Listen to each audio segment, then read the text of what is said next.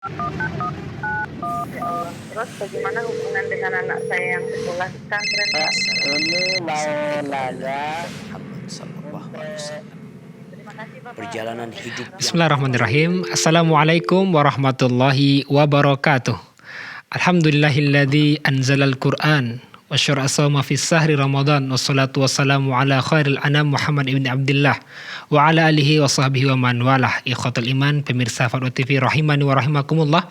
Ahlan wa sahlan wa marhaban bikum. Kembali kita bersyukur kepada Allah Subhanahu wa taala yang mempertemukan kita kembali di program live interaktif Fatwa TV, bekal muslim, fikih, jual beli dan muamalah kontemporer lainnya bersama guru kita Al Ustadz Dr. Muhammad Arifin Badri MA Hafizullah Ta'ala. Saudara salam sungguh curahkan kepada Nabi kita yang mulia, Rasul tercinta Nabi Muhammad Sallallahu Alaihi Wasallam, juga kepada keluarga beliau, para sahabat beliau, serta orang-orang yang istiqamah di atas sunnah beliau hingga akhir zaman. Allahumma salli ala Muhammad wa ala ali Muhammad. Ikhwatul iman, pemirsa Fatwa TV rahimani wa rahimakumullah. Untuk masih sesi pertama pada kesempatan ini, alhamdulillah telah hadir bersama kita pemateri kita pada kesempatan ini, guru kita Al Ustadz Dr. Muhammad Arifin Badri MA Hafizullah Ta'ala selaku wakil merangkap anggota Dewan Fatwa Perhimpunan Al Irsyad, dan mari kita sapa beliau. Assalamualaikum saudara. Waalaikumsalam warahmatullahi wabarakatuh. Waalaikumsalam. Sehat ya. Alhamdulillah sehat. Hayakumullah. Kembali jumpa San di Alhamdulillah. pertemuan kedua Ramadan San ya. Masya Allah, tidak terasa kita Tanpa sudah terasa. melewati separuh nih Mas ya. Bentar lagi 10 terakhir San ya. Betul, Masya Allah. Kita ucapkan jazakallah khairan San atas waktu, Ahlan dan wa di marhaban. awal ini kita minta nasihat Ustaz. Tafadhol. Bismillahirrahmanirrahim. Assalamualaikum warahmatullahi wabarakatuh. Assalamualaikum. Alhamdulillah, wassalatu wassalamu ala rasulillah wa ala alihi wa ashabihi wa man wala ma ba'du.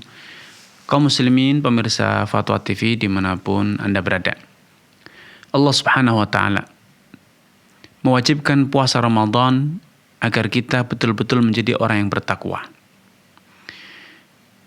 Tentu untuk bisa menjadi orang yang bertakwa bukan sekedar yang penting kita lapar, yang penting kita dahaga, yang penting kita tidak melampiaskan nafsu di siang hari, tidak. Takwa itu adalah selalu menjalankan perintah dan selalu meninggalkan larangan karena Allah Subhanahu wa taala. Perintah dijalankan sebaik mungkin sesuai dengan tuntunan Rasulullah SAW. Larangan pun ditinggalkan sebaik mungkin sesuai dengan tuntunan Nabi SAW. Dan semua itu Anda tunaikan karena mengharap maradhatillah, karena Allah semata, bukan karena yang lainnya. Di dalam berpuasa Ramadan 1 bulan penuh, kita dibiasakan untuk menjadi orang yang bertakwa. Karena takwa itu harus kita tetapi di segala kondisi. Di saat kita lapang, di saat kita sempit, sedang kaya, miskin, kenyang ataupun lapar, siang ataupun malam, kita tetap harus bertakwa. Di Ramadan, kita membiasakan diri untuk bergegas, bersegera menjalankan perintah Allah Subhanahu wa taala di saat fajar telah terbit. Adzan fajar, adzan subuh telah dikumandangkan. Seenak apapun makanan yang terhidang di meja makan Anda harus segera berhenti. Karena memang itu telah tiba saatnya. Untuk apa? Untuk berpuasa. Sebaliknya, di sore hari, sekuat apapun Anda, sebesar apapun semangat Anda untuk terus beribadah dan beribadah kepada Allah, tetapi tatkala telah tiba saatnya Anda harus berbuka puasa, maka Anda bersegera berbuka puasa. Karena nilai ibadahnya itu bukan pada lapar, bukan pada kenyangnya Anda, tetapi nilai ibadahnya itu adalah pada kepatuhan Anda kepada Allah. Seberapa cepat, seberapa bergegasnya Anda menjalankan perintah dan meninggalkan larangan. Di pagi hari Anda membuktikan diri, bergegas dan bersegera meninggalkan larangan. Di sore hari Anda bergegas menjalankan perintah. Sehingga dari kebiasaan kita berpuasa ini nampak dengan jelas bahwa nilai ibadah kita bukan pada lapar atau kenyangnya kita, tetapi pada lapar di saat diperintah, kenyang di saat diperintah. Sehingga ibadah itu sejatinya adalah seberapa besar kepatuhan kita dan keselarasan setiap aktivitas kita kepada Allah Subhanahu wa taala. Lapar bisa bernilai ibadah kalau itu diperintahkan, kenyang pun bernilai ibadah tatkala itu diperintahkan. Karena itu Rasulullah SAW menyatakan, la yazalu ummati fi khairin ma'ajalul fitra wa akharus sahur. Umatku akan terus dalam kebaikan, terus dalam kejayaan selama mereka menyegerakan hidangan atau santap hidangan buka puasanya dan mengakhirkan santap hidangan sahur mereka. Sehingga ini sebagai pembiasaan diri. Bagaimana seharusnya sikap seorang muslim ketika ada perintah dia bergegas seperti bergegasnya dia ketika berbuka puasa. Sebagaimana ketika datang larangan, hendaknya juga bergegas segera meninggalkan larangan tersebut seperti bergegasnya Anda, berhentinya Anda ketika adzan subuh telah dikumandangkan. Segera berhenti, tidak ada tawar-menawar, tidak ada kompromi. Andai perilaku dan pola hidup kita ini kita terapkan dalam setiap perintah, kita terapkan dalam setiap larangan Allah Subhanahu wa taala, niscaya Anda betul-betul menjadi orang yang bertakwa. Karena memang dalam diri Anda telah terbentuk kebiasaan, telah terbentuk semangat, telah terbentuk spirit untuk bergegas. Musara'ah dalam menjalankan perintah, musara'ah dalam meninggalkan larangan. Dan semua itu Anda lakukan bukan karena kepentingan dunia atau yang lainnya, tetapi betul-betul karena lillahi azza wa jalla. Yada'u ta'amahu wa syarabahu min ajli, kata Allah.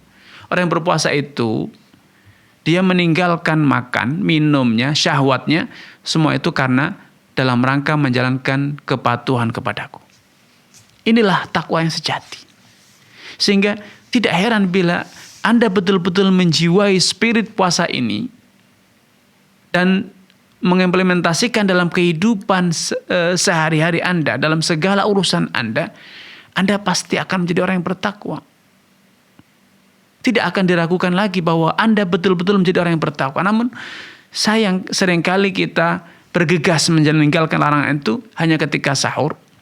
Bergegas menjalankan perintah itu hanya ketika berbuka. Adapun perintah yang lain, seruan untuk menunaikan sholat 5 waktu, seruan untuk menunaikan zakat, seruan untuk menutup aurat, seruan untuk misalnya meninggalkan khamar, meninggalkan riba, meninggalkan ghibah, namimah, su'udzon.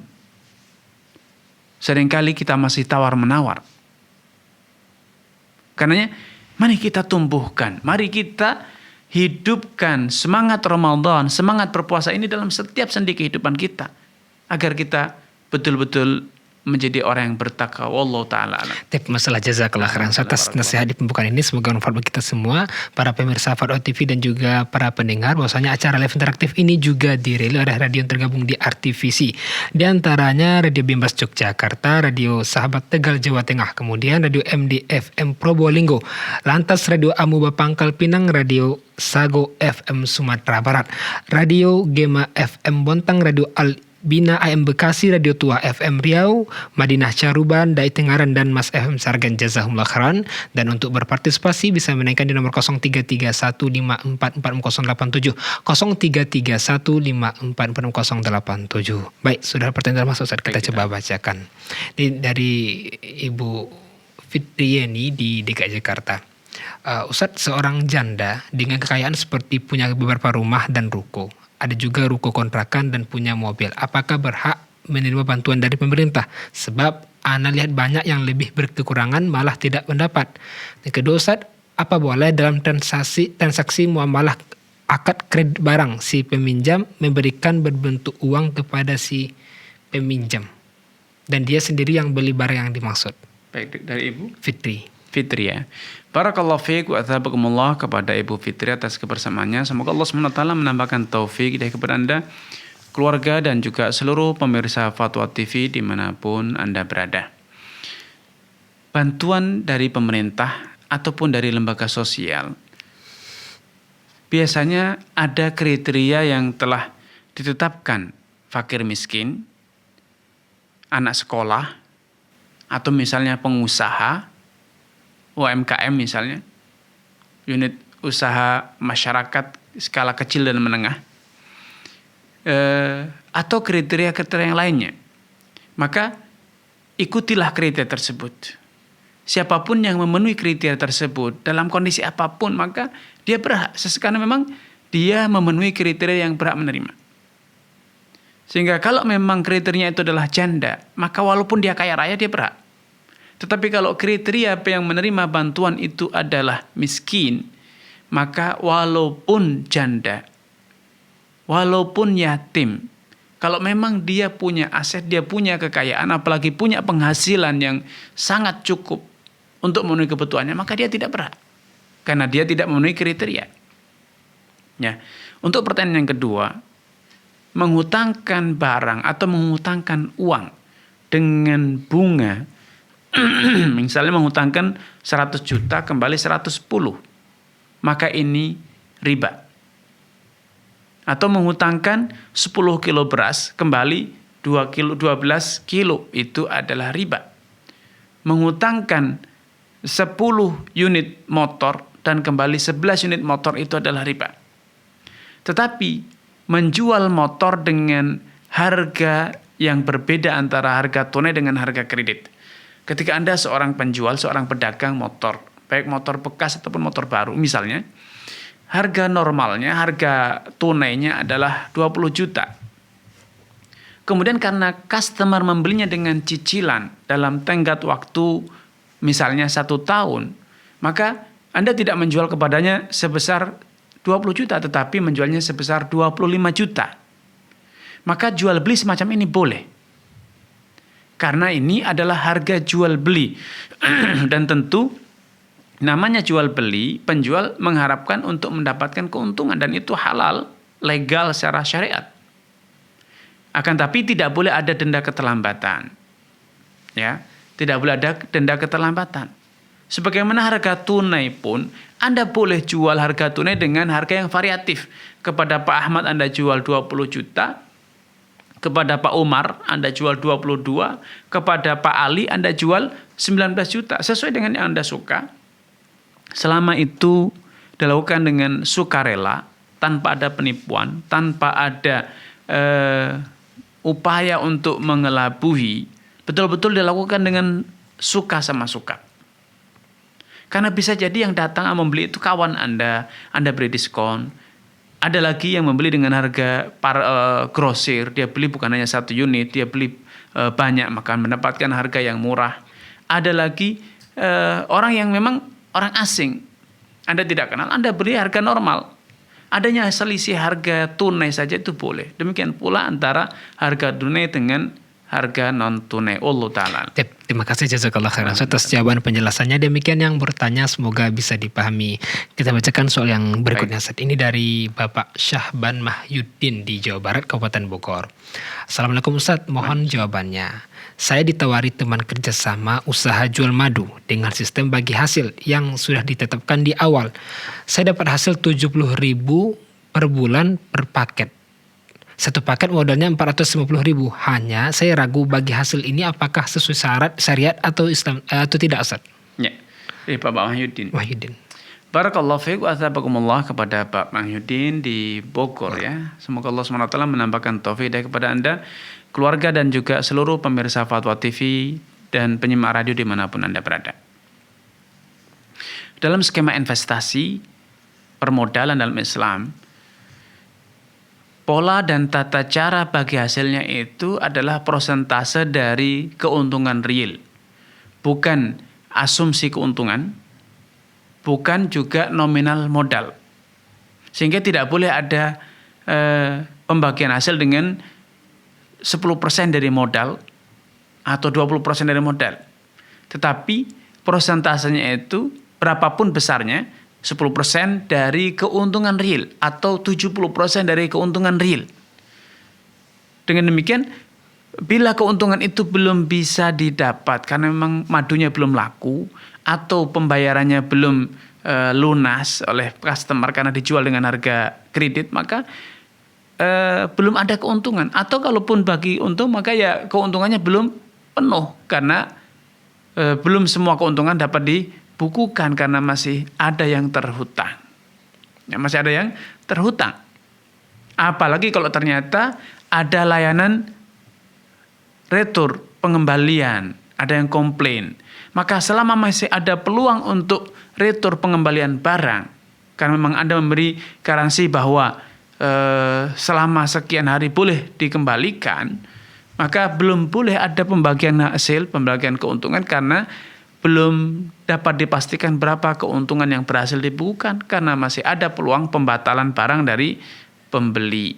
Nah, sehingga kalau memang pembagian hasil itu berdasarkan persentase dari realisasi keuntungan yang didapat, maka tidak masalah, halal. Tetapi bila keuntungan itu adalah hasil pengalian persentase yang telah disepakati dengan nominal modal, maka ini bisa dipastikan riba karena kalaupun madunya belum laku, kalaupun belum ada keuntungan, sudah bisa diketahui berapa keuntungan yang harus diberikan kepada pemodal. Nah, ini bedanya. Kalau memang itu adalah persentase dari keuntungan real, maka halal. Tetapi kalau itu persentase dari nominal modal yang diberikan, maka itu haram karena sejatinya adalah hutang piutang yang berbunga. Wallahu ta'ala. Syukran jazakallah khairan atas jawaban penjelasannya. Demikian yang bertanya, semoga bisa dipahami para pemirsa Fadwa TV dan juga para pendengar di mana saja yang berada. Untuk bertanya langsung bisa menanyakan di 0331 544 6087. Baik, kita bacakan soal berikutnya Ustaz. Ini dari Bapak Zainal Muttaqin di Jawa Timur, Kabupaten Bondowoso. Ustaz, bagaimanakah proses jual beli oleh marketer sesuai syariat? Bolehkah marketers ambil uang pada pembeli dahulu namun barang masih menunggu kiriman dari produsen? Ya. Dari Bapak Zainal ya. Barakallahu fiik wa athabakumullah kepada Bapak Zainal di Bondowoso atas kebersamaannya. Semoga Allah Subhanahu wa taala menambahkan taufik kepada Anda, keluarga dan juga seluruh pemirsa Fatwa TV dimanapun Anda berada. Bila memang Anda seorang marketer ya atau agen, distributor, maka Anda dalam hal ini karena telah mendapatkan izin dari pemilik barang untuk ikut memasarkan, maka Anda bertindak mewakili pemilik barang atau penjual atau supplier. Sehingga Anda boleh ya mengambil pembayaran di muka. Karena memang Anda ketika menjual idealnya ada barang, ada uang. Tetapi karena Anda mewakili penjual dan penjual itu memiliki barang, maka Anda boleh menggunakan skema salam. Ya, Anda bisa menggunakan skema salam pembayaran di muka. Atau ketika Anda tidak menerima pembayaran di muka karena memang pembayarannya nanti ketika barang telah sampai, maka itu juga tidak masalah karena statusnya Anda mewakili penjual atau supplier, pemilik barang, dan pemilik barang dalam kondisi sudah punya barangnya. Apalagi dia memproduksinya, maka tidak masalah Anda menerima pembayaran di muka atau menerima pembayaran setelah barang sampai karena statusnya adalah wakil dari pemilik barang dan pemilik barang itu tentunya namanya pemilik barang ya dia punya barang yang akan dia jual belikan. Wallahu ta'ala. Barakallahu fiik, jazakallah khairan atas jawaban penjelasannya. Demikian yang bertanya, semoga bisa dipahami. Kita bacakan lagi kisah soal berikutnya. Ini dari Bapak Sultan di Bali, Kota Denpasar. Ustadz, saya memiliki beberapa kartu kredit dari Bank Konven. Semenjak tahu riba, semuanya saya tutup. Hanya saya sisakan satu. Satu kartu ini memang khusus anak pakai buat bayar iklan di FB dan IG usaha Ana dan tidak pernah dipakai untuk lainnya karena iklan di FB dan IG hanya bisa pakai kartu kredit Ustadz, tidak bisa pakai kartu lainnya. Bagaimana hukum memiliki kartu kredit tersebut Ustadz karena keterpaksaan untuk membayar iklan di FB Ustadz? Dari Bapak Sultan. Barakallahu fiik kepada Bapak Sultan atas kebersamaannya. Semoga Allah SWT menambahkan taufik hidayah kepada Anda, keluarga dan juga seluruh pemirsa Fatwa TV dimanapun Anda berada. Bila memang Anda terpaksa dalam tanda kutip ya betul-betul harus menggunakan kartu kredit, maka saran saya hendaknya Anda terlebih dahulu deposit sejumlah dana yang Anda perlukan untuk keperluan transaksi untuk bayar iklan dan lain sebagainya. Sehingga rekening yang merupakan basis penerbitan kartu kredit itu terlebih dahulu Anda isi dengan sejumlah uang. Sehingga ketika Anda menggunakan itu auto debit ya, langsung terdebit dari rekening Anda sehingga tidak lagi ada tagihan karena memang Anda secara otomatis ketika melakukan transaksi pembayarannya itu terdebit dari dana yang sudah ready di rekening tersebut. Sehingga fungsinya kartu kredit tetapi realitanya itu adalah kartu debit. Ratingnya kartu debit. Allah Ta'ala. Barakallahu fiik, jazakallah khairan atas jawab dan penjelasannya. Demikian yang bertanya semoga bisa dipahami. Sekarang kita terhubung kepada penanya Ustaz. Kita coba sapa. Assalamualaikum Fatwa TV. Waalaikumsalam warahmatullahi wabarakatuh. Ya, dengan siapa di mana? Dengan Rizal Pak di Sumatera Barat gitu. Silakan Pak Bapak. Rizal. Saya mau bertanya Ustaz, saya punya usaha kolam pancing. Ya. Yang sistemnya tuh kontrak. Misalnya saya isi ikannya seharga 600.000, kemudian saya tawarkan 800. Nanti berapa dealnya? Deal 800 atau 700, berapa dia dapat dia bawa pulang. Kalau sisanya itu masih dalam keuntungan saya. Saya pernah tanya itu gharar karena transaksinya tidak jelas. Kemudian ada lagi pernah saya tanya lagi kalau selisihnya tidak banyak masih bisa dipahami gitu. Yang benarnya mana Ustaz itu? Baik Bapak. Assalamualaikum warahmatullahi wabarakatuh. Waalaikumsalam warahmatullahi wabarakatuh. Baik Bapak, terima kasih kepada Pak Rizal di Sumatera Barat ya. Semoga Allah SWT menambahkan taufik kepada Anda, keluarga dan juga seluruh pemirsa Fatwa TV dimanapun Anda berada. Memang seperti yang tergambar ya, pemancing belum tentu bisa mendapatkan semua ikan yang ditebar di kolam tersebut. Banyak dari pemancing yang hanya bisa mendapatkan sebagiannya. Ya, tentu atau bahkan bisa jadi ada pemancing yang gagal mendapatkan apapun, tidak bisa mendapatkan ikannya.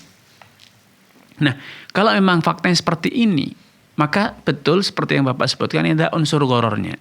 Akan lebih baik bila ikan-ikan tersebut ya ditimbang kemudian harganya dibikin mahal. Ya, karena memang para orang-orang yang hobi mancing mereka ingin memuaskan seleranya atau hobinya dalam memancing mendapatkan ikan langsung dari pancingannya, bukan membeli ikan kiloan di pasar.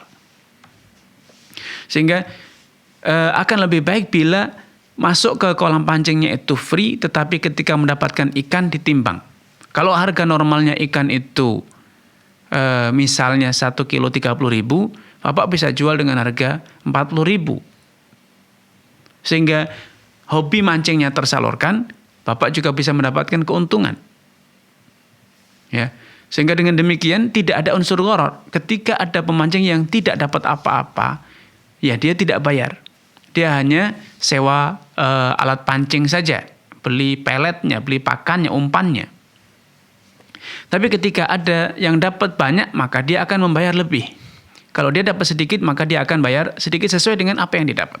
Sehingga solusinya adalah sewakan alat pancing, jual umpan, dapatkan keuntungan dari 2 poin tersebut, dan kemudian ikan yang didapat dibeli sesuai dengan tangkapan masing-masing. Sesuai dengan tangkapan masing-masing ditimbang, kemudian dibayar sesuai dengan yang didapat oleh masing-masing pemancing, sehingga tidak ada lagi unsur gharar. Wallahu taala alam. Barakallahu fiik, jazakallah khairan atas jawaban penjelasannya. Demikian Bapak Rizal di Batu Sangkar, semoga bisa dipahami. Dan kembali kami mengajak para pemirsa Fatwa TV dan juga para pendengar radio untuk bertanya langsung, bisa menghubungi nomor 0331544087. Kita bacakan sobat kondensat ini dari Jawa Timur, Kota Surabaya, Umu Cicero sih namanya Ustaz. Ya. Ustaz Afwan, Ana mau tanya perihal kelupaan Ana membayar tagihan PDAM. Ana tahunya saat bulan berikutnya mau bayar tagihan Ana banyak, dan Ana menelpon ke PDAM tersebut, ternyata tagihan Ana 2 bulan sudah dihitung dendanya. Ana sudah kena riba karena denda. Apakah Allah mengampuni kelupaan yang tidak ada sengaja Ustaz? Baik. Barakallahu fiik wa tabarakallah kepada Ibu Cici atas kebersamaannya. Semoga Allah SWT menambahkan taufik kepada Ibu, keluarga dan juga seluruh pemirsa Fatwa TV dimanapun Anda berada. Bila memang hal itu terjadi tanpa kesengajaan karena betul-betul lupa, maka Allah SWT telah berjanji, Rabbana la tu'akhidna in nasina aw akhtana. Ya Allah, janganlah Engkau siksa kami bila kami akhtana, tidak sengaja, atau lupa melakukan suatu pelanggaran karena lupa atau karena tidak sengaja. Namun seharusnya kita berusaha sebisa mungkin agar tidak lupa, tidak luput, yaitu dengan cara membuat kalender pembiayaan atau pembayaran, atau membuat remember misalnya di HP kita, agar pada setiap tanggal tertentu kita melakukan pembayaran, bisa jadi tagihan listrik, tagihan telepon, tagihan PDAM, agar tidak ada denda atas tagihan-tagihan tersebut. Wallahu ta'ala alam. Barakallahu fiik, jazakallah khairan atas jawaban penjelasannya. Demikian yang bertanya, semoga bisa dipahami. Berikutnya kita bacakan soal dari Ibu Rohanah di Nusa Tenggara Barat, Kabupaten Lombok Utara, Ustaz. Ya. Ustaz, Ana mau bertanya tentang bagaimana hukumnya jika kita meminjamkan beras kepada tetangga. Saya seringkali datangi tetangga untuk pinjam beras. Pada saat pengambilan beras, tetangga sering pengembalian beras, tetangga melebihkan dari jumlah beras yang dia pinjam. Padahal saya sudah kasih tahu jangan dilebihkan, Bu. Tapi ibu itu ngotot bilang itu sebagai ucapan terima kasih. Katanya, tapi saya takut kalau itu riba. Bagaimana, Ustaz? Baik, barakallahu fiikum wa atabakumullah kepada Ibu Rohana atas kebersamaannya. Semoga Allah SWT menambahkan taufik dari kepada ibu, keluarga, dan juga seluruh pemirsa Fatwa TV dan penyimak radio dimanapun Anda berada. Melebihkan pembayaran hutang tanpa dipersyaratkan di muka, tanpa ada janji di awal, itu adalah suatu hal yang dibolehkan. Karena memang membalas budi, membalas uluran tangan orang, itu adalah satu hal yang diajarkan dalam Islam. Secara khusus Nabi SAW menjelaskan masalah ini dengan sabdanya, Inna min khairikum ahsanukum qada'an. Sejatinya orang di antara orang yang paling baik dari kalian adalah orang yang tahu diri, sehingga ketika membayar hutang itu dia membalas dengan yang lebih baik. Suatu hari Nabi SAW berhutang kepada seorang Arab Badui seekor onta yang berumur 2 tahun.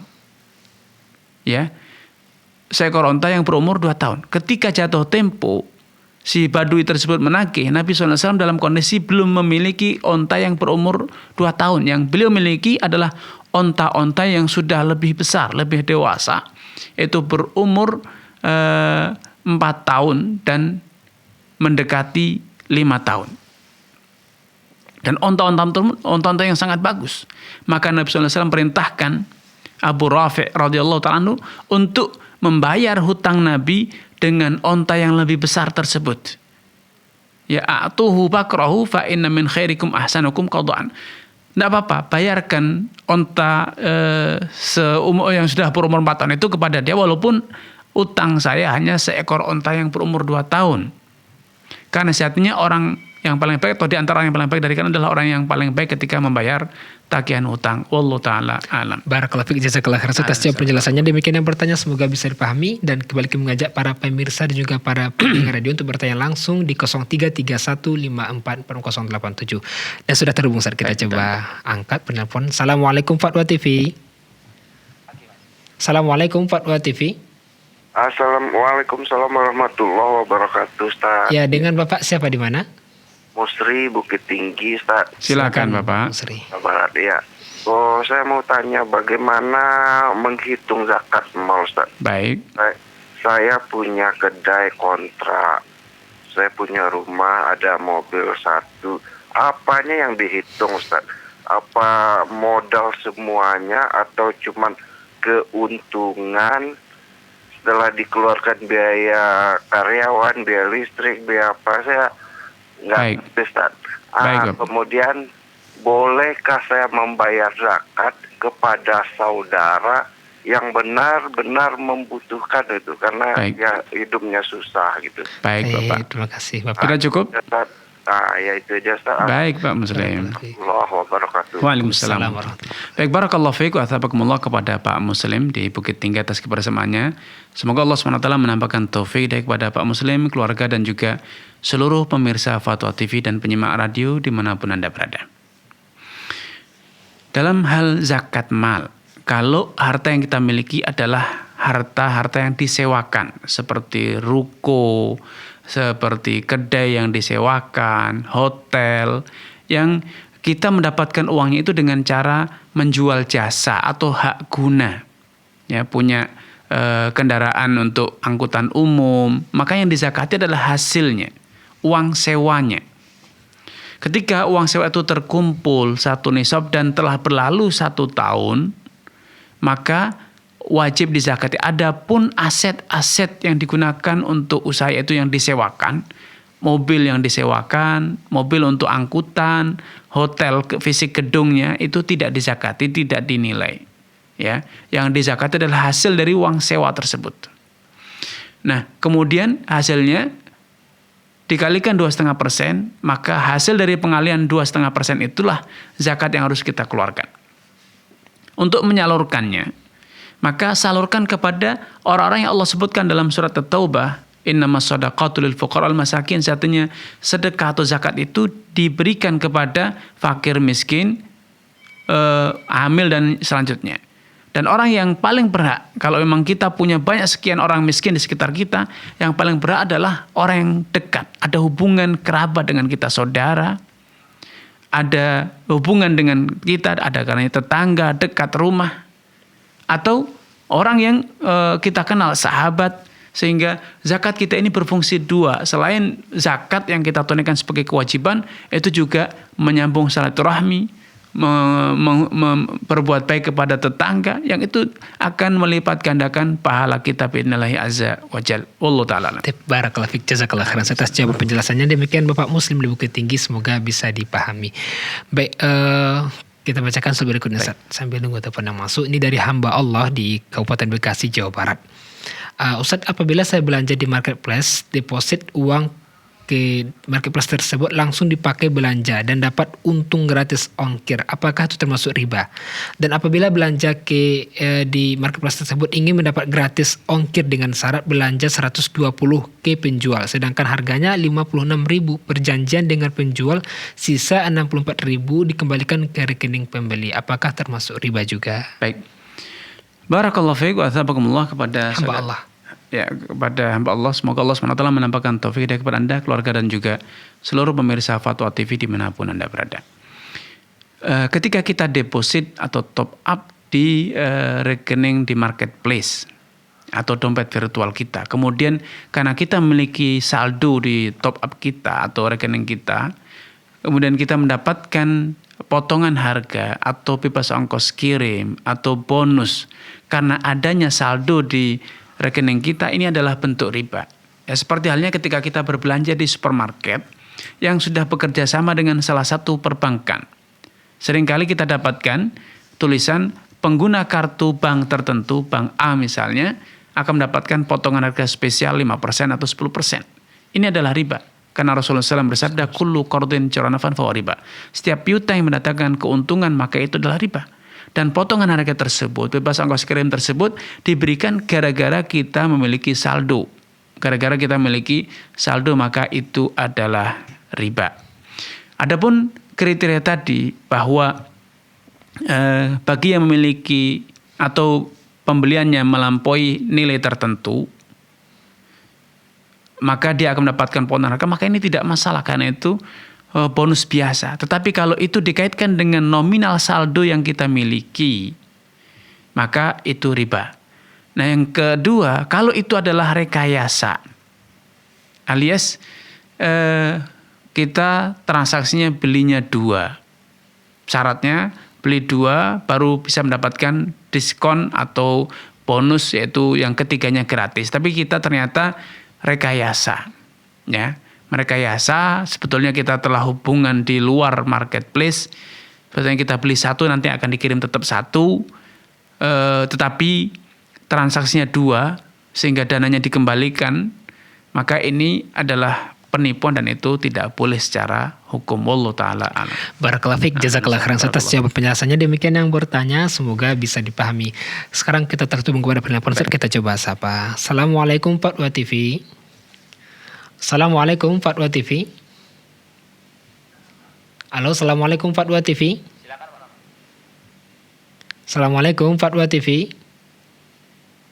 Nampaknya terputus. Terputus seperti saat. Ya, kepada Bapak yang bertanya atau penanya untuk bisa Telepon kembali di 0331544087. Baik, masuk lagi Ustaz, kita coba Baik, kita sapa. angkat ya. Assalamualaikum Fatwa TV. Halo, Assalamualaikum Fatwa TV. Halo. Iya. Halo. Assalamualaikum Bapak. Waalaikumsalam warahmatullahi Ya, wabarakatuh. dengan Bapak siapa di mana?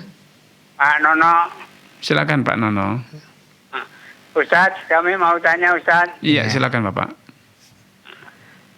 Kalau misalnya salah satu ormas kemudian salah satu anggotanya itu menarik donatur kepada simpatisan atau tanpa sepengetahuan, kemudian dia mengambil berapa persen daripada penghasilan itu, bagaimana? Kami mohon pencerahannya. Baik Bapak. Baik. Sudah cukup Bapak? Ya, sudah. Terima kasih. Baik. Assalamualaikum. Assalamualaikum. Assalamualaikum. Baik, barakallahu fiik wa athabakumullah kepada Pak Nono di Kalimantan Barat. Semoga Allah SWT menampakkan taufik hidayah kepada Bapak, keluarga dan juga seluruh pemirsa Fatwa TV dan penyimak radio dimanapun Anda berada. Kalau kita berorganisasi atau berlembaga, apapun namanya, mau sekolah, mau yayasan, mau ormas atau apapun, hendaknya kita itu tidak bertindak secara personal, secara sendiri-sendiri. Sehingga apapun yang kita lakukan harusnya sesuai dengan peraturan dan kesepakatan yang terjadi. Nah, kalau sampai kita bertindak sendiri, apalagi ada praktek mencari keuntungan pribadi, maka ini tentu adalah bentuk khianat. Itu adalah bentuk khianat. Dan dana yang diambil atau potongan yang didapat itu adalah bentuk korupsi. Tidak halal untuk diambil. Di zaman Nabi ada seorang sahabat yang diberi tugas oleh Nabi untuk memungut zakat. Kemudian sesampainya dia dari menjalankan tugas, beliau mengatakan, ini zakat yang berhasil aku kumpulkan dan ini adalah hadiah untukku. Maka Nabi SAW murka dan mengatakan, ma balu rijalin ista'maltuhu, mengapa ada orang-orang yang aku beri tugas dia mimma amalanillahu alaihi, dari sebagian tugas yang Allah bebankan kepadaku. Kemudian ketika dia datang, dia berkata, ini hasil tugasku dan ini hadiah untukku. Nabi kemudian mengatakan, kenapa dia tidak duduk saja di rumahnya, tidak usah menjalankan tugas ini, agar dia tahu apakah ada yang memberi hadiah kepada dia atau tidak. Sehingga ketika memungut keuntungan dengan dalih ini adalah jerih payah saya, upah saya, tanpa ada restu dari lembaga, maka adalah bentuk dari korupsi dan itu tentu hukumnya haram. Wallahu ta'ala alam. Barakallahu fiik, jazakallahu khairan atas jawaban penjelasannya. Demikian Pak Nono di Kalimantan Barat, semoga bisa dipahami. Baik, sudah terhubung kepada penelpon berikutnya. Kita coba sapa. Assalamualaikum Fatwa TV. Waalaikumsalam warahmatullahi wabarakatuh. Ustaz, maaf Ustaz, ini Muslim yang barusan. Di Bukit Iya, Tinggi. Ya, silakan, Bapak. Muslim. Tadi Ustaz bilang, saya tidak nangkap gitu, apakah zakat mal itu dari omset atau omset setelah dikurangi biaya karyawan, biaya ganti onderdil kalau di mobil gitu, biaya-biayanya. Jadi atau dihitung 2,5% dari omset. Baik Bapak. Nisabnya itu setelah 1 tahun atau dengan total nilai sekian Ustaz, sekian emas gitu atau Baik Bapak. Itu. Baik. Jadi masalahnya kurang puas Ustaz, maaf. Baik, silakan Bapak. Assalamualaikum warahmatullahi wabarakatuh. Waalaikumsalam. Baik, barakallahu fiik wa athabakumullah kepada Pak Muslim, bahwa zakat yang harus kita keluarkan adalah uang yang ada pada hari jatuh tempo. Masalah setahun kemarin kita sudah mengeluarkan biaya operasional macam-macam gaji karyawan, itu dana yang sudah keluar dan sudah terpotong secara otomatis dari sebagai biaya operasional dari penghasilan. Karena setiap bulan pasti kita akan mengeluarkan gaji dan setiap bulan kita mendapatkan pemasukan. Dan gaji itu otomatis sudah terpotong dari biaya operasional. Biaya operasional sudah terpotong dari penghasilan. Sehingga yang harus dizakati adalah berapapun uang yang ada pada hari ini, yang kita miliki pada hari ini, itulah yang dikalikan 2,5%, hasilnya itu adalah zakat yang harus kita keluarkan. Ya, itulah hasilnya dari zakat yang harus kita keluarkan. Wallahu ta'ala alam, tanpa dihitung ulang berapa kos yang pernah kita keluarkan, beli onderdil yang pernah kita beli, itu semuanya sudah secara otomatis terhitung dari kos operasional kemarin. Karena setiap bulan kita akan mendapatkan pemasukan dan setiap biaya operasional pasti sudah terpotong, tercover oleh operasional setiap bulan. Sehingga sisanya yang kemudian itu masih terkumpul ketika di akhir tahun yaitu masih ada di rekening kita, maka semua harta itu dikalikan 2,5% hasilnya adalah zakat kita. Wallahu ta'ala alam. Barakallahu fiik, jazakallah khairan Ustaz. Demikian yang bertanya Pak Muslim, semoga bisa dipahami dengan baik dan benar. Baik, berikutnya sudah terhubung penelpon berikutnya Ustaz, kita coba sapa. Assalamualaikum Fatwa TV. Waalaikumsalam warahmatullahi wabarakatuh. Dengan siapa di mana? Dengan Bapak Amin di Jakarta. Silakan Pak Amin. Afwan Ustaz, sebelumnya pertanyaannya Ya. terkait akad, namun akad nikah. Ya. Silakan Bapak. Ketika melakukan akad, Mm-mm. namun wali tidak di tempat, melainkan melalui video call. Ya. Sedangkan di majelis itu 2 orang saksi, pengantin pria dan pengantin wanita. Pernikahannya melalui KUA atau tidak? Iya Ustaz. Melalui KUA? Ya, Ya. Sudah Baik. cukup? cukup. Baik. Barakallahu fiik wa azabakumullah kepada Pak Amin di Jakarta atas kebersamaannya. Semoga Allah SWT menambahkan taufik kepada Anda, keluarga dan juga seluruh pemirsa Fatwa TV dan penyimak radio dimanapun Anda berada. Secara hukum pernikahan Anda sudah sah ya. Dengan adanya video call langsung dengan wali dan itu betul-betul dipastikan itu adalah walinya, maka secara hukum sah. Apalagi pernikahan itu legal di hadapan KUA, petugas KUA pasti sudah memverifikasi bahwa itu adalah betul-betul walinya. Dan kalaupun secara aturan yang berlaku di Indonesia belum ada regulasi yang membolehkan adanya wali jarak jauh, tetapi secara hukum syariat itu boleh dan sah ya. Secara hukum itu sah, apalagi biasanya dalam praktek di KUA, petugas KUA itu akan mewakilkan ya, akan mencatat dalam buku nikahnya itu bahwa yang menjadi walinya adalah wali hakim. Itu adalah urusan formalitas saja, tetapi secara hukum syar'i ketika wali itu betul-betul dia yang berhak untuk menikahkan, telah hadir melalui video call dan itu pasti betul-betul beliau tidak ada salah ya, bukan orang lain yang pura-pura mengatasnamakan sebagai wali, maka pernikahan Anda sudah sah, tidak masalah. Wallahu ta'ala alam. Barakallahu fiik, jazakallah khairan atas jawaban penjelasannya. Demikian Pak Amin di Jakarta, semoga bisa dipahami.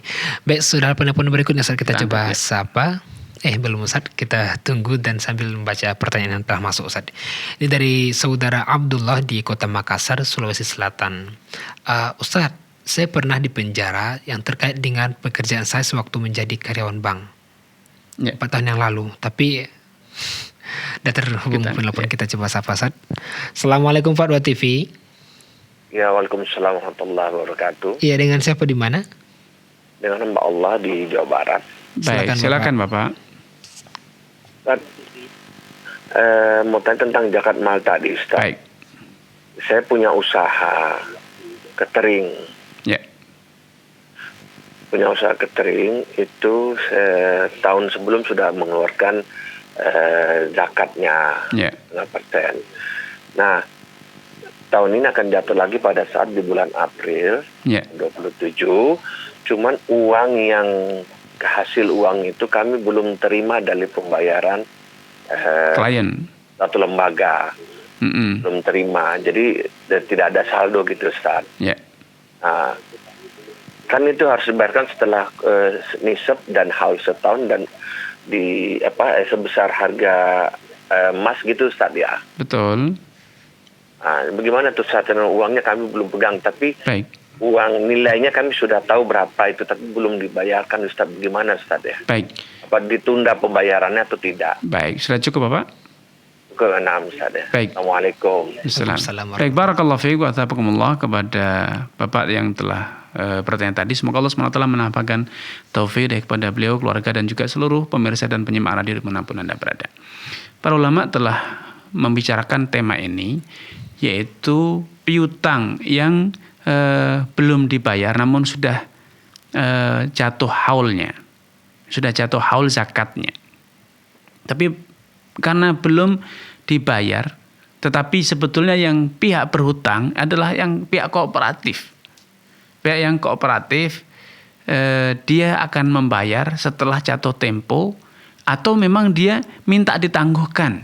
Ya, sudah jatuh tempo namun minta ditangguhkan untuk beberapa waktu.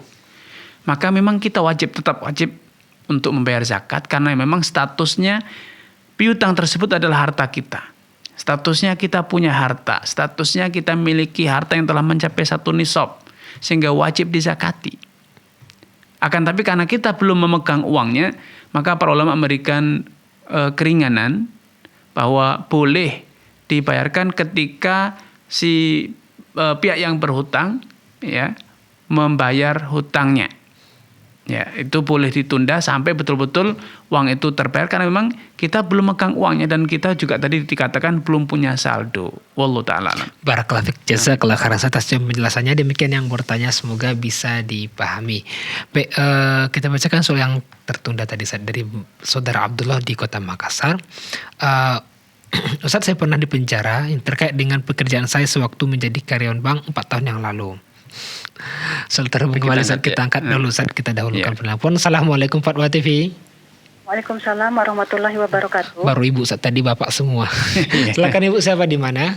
Dari Umur Rafif dari Jakarta. Silakan. Ibu. Mau menanyakan gini, Ustadz, saya ada cicil rumah 2 kafling, Ustadz. Itu luasnya 45 kali 4, satunya juga 45, tanah 70. Nah, developernya tuh pribadi, Ustadz. Jadi sebenarnya saya cicilannya tuh 10 tahun sampai 2024. Tapi alhamdulillah saya ada dana, jadi saya percepat lunas harus tahun ini Desember 2021. Nah, ternyata dua rumah itu harganya sekitar 700 juta. Nah, saya udah setor sekitar 500 juta. Tapi terkondisi developernya ini kekurangan dana. Jadi rumah saya belum jadi juga sampai saat ini. Hanya baru terbangun tembok-tembok tapi atasnya belum. Dan rumah sebelah satunya lagi malah belum dibangun sama sekali. Nah, karena saya ada percepatan kemarin, saya dapat diskon 6,5 juta. Nah, terus si developer bilang, ibu nggak usah bayar lagi sampai 2 rumah ini terbangun. Sampai sekarang pembangunan berhenti sementara karena kekurangan dana. Nah, apakah nanti misalnya sampai dengan qadarullah sampai dengan Desember 2021 ini ternyata belum terbangun juga, apakah saya mengikuti akad saya yang bahwa saya harus lunasin tahun ini? Tapi dia janji nggak usah bayar dulu kalau belum selesai. Nah, jadi yang saya ikuti ini akad yang mana ya, Ustadz ya? Baik, Ibu. Terus kalau misalnya saya ternyata belum jadi juga, artinya kan saya nggak perlu bayar dulu kalau sesuai dengan janjinya developer. Yang bonus 6,5 juta itu, apakah saya harus kembalikan lagi ke si developer? Gitu, Ustadz? Nah, ini keterlambatan nggak ada, Ustadz, biaya denda apapun nggak ada. Yeah. Siap, Ibu. Mohon nasihatnya, Ustadz. Baik, Ibu. Ustadz, Assalamualaikum warahmatullahi wabarakatuh. Baik, barakallahu fiik wa tabakumullah kepada Umur Rafif di Jakarta atas kebersamaannya. Semoga Allah SWT menambahkan taufik hidayah kepada Ibu, keluarga dan juga seluruh pemirsa Fatwa TV dimanapun Anda berada. Tadi potongan harga atau bonus itu tidak masalah secara hukum syariat karena itu bukan riba. Riba itu adalah pertambahan, kalau ini malah pengurangan, sehingga itu bukan riba. Masalah apakah harus bayar sampai Desember tahun ini atau harus mengikuti akad awal yaitu sampai 2024. Dan kesepakatan ini sebetulnya sudah ada kesepakatan baru bahwa dari developer mengatakan jangan bayar dulu sampai rumah jadi. Sehingga komitmen dari developer ini menghapuskan semua perjanjian yang sebelumnya. Sehingga ibu tidak perlu bayar sampai betul-betul rumah itu berdiri terbangun, ya. Sehingga kapanpun rumah itu terbangun, apakah terbangun di tahun ini atau di tahun depan, barulah ibu wajib melunasi sisa tagihannya. Wallahu taala. Barakallahu fikum, jazakallahu khairan atas jawaban penjelasannya. Demikian Umur Rafif yang bertanya, semoga bisa dipahami. Sudah terhubung penelpon berikutnya saat kita coba sapa. Assalamualaikum Fatwa TV. Waalaikumsalam warahmatullah. Dengan siapa di mana? Dengan Umu Aryo di Oh iya, silakan Umu Aryo di Pekanbaru. Assalamualaikum Ustaz. Waalaikumsalam warahmatullahi wabarakatuh. Silakan Ibu. Izin menyampaikan pertanyaan dari member WhatsApp di Rosa. Iya, silakan. Yang pertama itu izin bertanya Ustaz, Ana memegang keuangan sebuah lembaga bahasa Arab yang diasuh oleh seorang Ustaz. Belajar bahasa Arabnya secara online dan mendapatkan pesertanya dari share info di media sosial. belajar online-nya gratis Ustaz, tapi setiap bulan ada reminder infak dari adminnya. Bagaimana itu hukumnya Ustaz, dan uang donasinya digunakan untuk membayar beberapa Ustaz dan Ustazah yang ikut mengajar online di lembaga itu. Baik.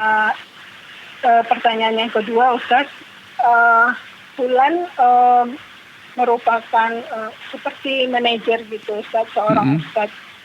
Kemudian Fulan tidak mendapatkan mukafaah dari pekerjaannya, tetapi Fulan mempunyai usaha dan usaha itu dia promokan kepada orang-orang sekitar yang menggunakan yang berhubungan dengan ustadz tersebut. Bagaimana hukumnya Ustaz? Baik, Ibu. Iya, itu aja. Cukup, Ibu. Assalamualaikum. Assalamualaikum warahmatullahi wabarakatuh. Kalau memang tadi ada grup atau lembaga untuk mengajar bahasa Arab free, dan kemudian dari peserta ada yang berdonasi, dan donasi itu kemudian dimanfaatkan untuk biaya operasional termasuk membayar gaji gurunya, karyawannya, maka ini insya Allah tidak masalah, halal-halal saja, karena memang dari donatur juga berniat itu untuk hal-hal yang semacam itu. Kemudian yang kedua, ketika ada orang yang menjadi pengelola dalam sebuah komunitas, dia tidak dibayar tapi dia berjualan kepada anggota komunitas tersebut, maka juga ini halal, tidak masalah insya Allah, karena ini adalah hubungan yang mutualisme. Wallahu ta'ala alam. Misal jazakallah khairan Ustaz, barakallahu fikum atas penjelasannya. Demikian yang bertanya, yang mana penanya ini merupakan sebagai wasilah terus Ustaz. Masya Allah. Mario, jazakallah khairan, terima kasih. Semoga bisa dipahami oleh member di Rosat Islamiyah Ustaz ya. Iya. Barakallahu fikum. Berikutnya kita bacakan soal dari yang tadi Ustaz, yang tertunda. Ini dari Saudara Abdullah di Kota Makassar. Ustaz, saya pernah dipenjara terkait dengan pekerjaan saya sewaktu menjadi karyawan bank 4 tahun yang lalu. Tapi alhamdulillah banding saya diterima dan saya dibebaskan dari segala tuntutan atas kondisi bahwa saya tidak dinyatakan bersalah. Maka bank tempat saya bekerja sebelumnya akan memberikan ganti rugi finansial, namun diperoleh dari klaim asuransi mereka. Bolehkah saya menerima dana tersebut? Baik. Barakallahu fiik wa athabakumullah kepada Saudara Abdullah ya, atas kebersamaannya. Semoga Allah SWT menambahkan taufik kepada Anda, keluarga, dan juga seluruh pemirsa Fatwa TV dimanapun Anda berada. Seharusnya yang lebih layak untuk ditanyakan adalah pekerjaan Anda di bank tersebut, apakah halal atau tidak. Karena Anda bekerja di lembaga keuangan ribawi, itu berarti Anda telah berkontribusi, tolong menolong, ta'awun dalam perbuatan dosa, dan itu hukumnya haram. Sehingga apapun yang Anda dapat dari pekerjaan tersebut itu semuanya adalah haram. Termasuk klaim ganti rugi yang Anda kisahkan tersebut, itu juga haram untuk Anda dapatkan, karena itu Anda dapat sebagai imbalan atas pekerjaan Anda di lembaga itu, dan juga itu bagian dari konsekuensi dari pekerjaan Anda di lembaga tersebut. Sehingga Anda tidak halal untuk menggunakannya, dan yang saya pahami nampaknya Anda sudah berhenti dari lembaga tersebut. Semoga Allah SWT memberikan istiqomah kepada Anda untuk berusaha atau bekerja, berwirausaha di tempat lain yang jauh dari praktek-praktek riba. Wallahu ta'ala. Barakallahu fikum, jazakallah khairan atas jawab penjelasannya. Demikian yang bertanya, semoga bisa dipahami. Waktu yang sisa kita bacakan satu terakhir Ustaz. Pertanyaan dari Habib Yuhandar Sahputra, sepertinya seorang mahasiswa nih Ustaz. Assalamualaikum Ustaz, yang bertanya, apa hukumnya membeli atau memakai kuota internet unlimited? Jadi pada kuota tersebut terbatas waktu, misal 1 bulan. Namun sepertinya ada kebijakan, ada batas maksimum penggunaan kuota, misal 20 giga. Baik. Jadi kalau sudah mencapai 20 giga, sinyal akan lemot dan dengan sendirinya. Apakah jual beli tersebut mengandung unsur gharar dan diharamkan Ustaz? Baik. Barakallahu fiik wa athabakumullah kepada Saudara Habib ya, atas kebersamaannya. Semoga Allah SWT menampakkan taufik kepada Anda, keluarga, dan juga seluruh pemirsa Fatwa TV dimanapun Anda berada. Praktek semacam ini itu tidak gharar, karena tempo waktunya dijelaskan, yaitu 1 bulan, dan batas maksimal kuotanya juga sudah dijelaskan, misalnya 20 GB. Sehingga manapun yang tercapai terlebih dahulu, maka hak Anda untuk menggunakan jaringan itu akan terputus secara otomatis. Ya, ketika gigabyte-nya sudah terpenuhi, maka Anda akan terputus seharusnya hak Anda. Namun faktanya sebetulnya Anda masih bisa mendapatkan layanan walaupun lemot ya. Anda masih bisa menerima WA, tetapi Anda tidak bisa download, Anda tidak bisa membuka video dan lain sebagainya. Tetapi sebagian fasilitas itu masih bisa Anda nikmati. Maka insya Allah tidak masalah, itu bukan gharar. Wallahu ta'ala a'lam. Barakallahu fiik, jazakallahu khairan Ustaz atas jawaban penjelasannya. Demikian yang bertanya semoga bisa dipahami dan merupakan pertanyaan terakhir Ustaz. Baik, Masya Allah. Tidak terasa ya. Dan juga merupakan Ramadan mungkin terakhir kita Ustaz dalam interaktif Ustaz. Betul. Masya Allah. Dan karena tapi pekan depan kita terakhir saja. Harus mudik Ustaz. Bukan mudik. Terima kasih jazakallahu khairan Ustaz.